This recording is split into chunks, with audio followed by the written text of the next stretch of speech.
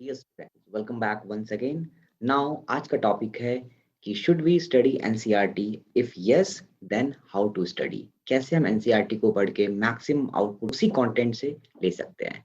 तो very first thing is, आप first time NCERT को डायरेक्ट स्टडी नहीं करेंगे।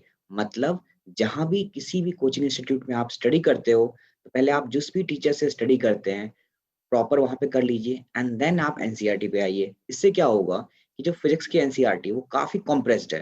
अगर आपने फर्स्ट टाइम उठा लिया, तो जो आपको 1 पेज पढ़ना चाहिए था, उस टाइम में आप हार्डली 10 टू 12 लाइन्स स्टडी कर पाएँगे। तो यहाँ पे आप टाइम को बचा सकते हैं। दूसरी सबसे इम्पोर्टेंट, नींद आ जाएगी। मतलब ये है कि अगर आप फर्स्ट टाइम स्टडी करोगे और आपको थ्योरी नहीं पता, तो it is very, very difficult कि आप एक बार स्टडी करके आप उस कॉन्सेप्ट को समझ पाएँ। तो यहाँ पे क्या करना है आपको, जिस भी कोचिंग में आप स्टडी कर रहे हो, जो भी टीचर आपको स्टडी करा रहे हैं, एक बार आपने उस टॉपिक को कर लिया and then come back to this NCERT segment और फिर उसको रीड करिए, तो सारी चीज़ें आपको समझ में अच्छे से आ जाएगी। That means crystal clarity concept.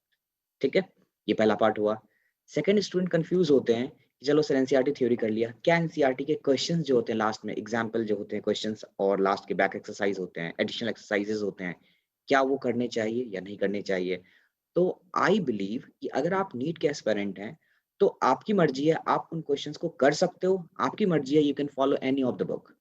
My recommendation is, आप एक बुक परचेज़ कर लीजिए, ऑब्जेक्टिव बुक परचेज़ कर लीजिए and try to complete that book. ऐसा नहीं कि आपने क्या करा कि एक बुक ले आए इस वाले से, फिर दूसरे राइटर का ले आए, इसके कुछ क्वेश्चंस कर लिए, इसके कुछ क्वेश्चन कर लिए। ऐसा कभी मत करना।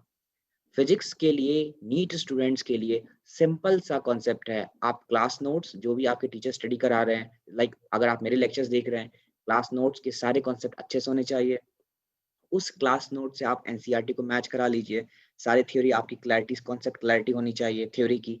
एंड देन कोई सा भी एक बुक उठाओ, उस बुक के सारे क्वेश्चंस आपको करने हैं। अगर आपने इतना कर लिया, बिलीव मी, आप फिजिक्स में बहुत अच्छे मार्क्स ले आएँगे, दैट इज़ फॉर श्योर।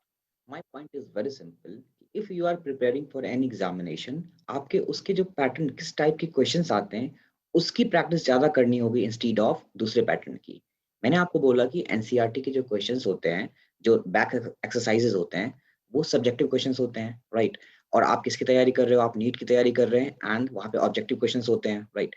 तो ऐसा नहीं है कि आपको वो नहीं करना चाहिए। मैं वो नहीं बोल रहा हूँ कि अगर आपने कर लिया तो वो गुनाह है, नहीं। आप कर सकते हो, बट अगर आपने एट द सेम टाइम किसी ऑब्जेक्टिव बुक को उठा लिया और उसी टाइम को आप वहाँ यूटिलाइज़ कर रहे हो, इससे आपके जो नीट में जो आने वाले क्वेश्चंस हैं, उसकी प्रॉपर प्रैक्टिस हो जाती है, क्योंकि वहाँ भी ऑब्जेक्टिव क्वेश्चंस ही आने हैं।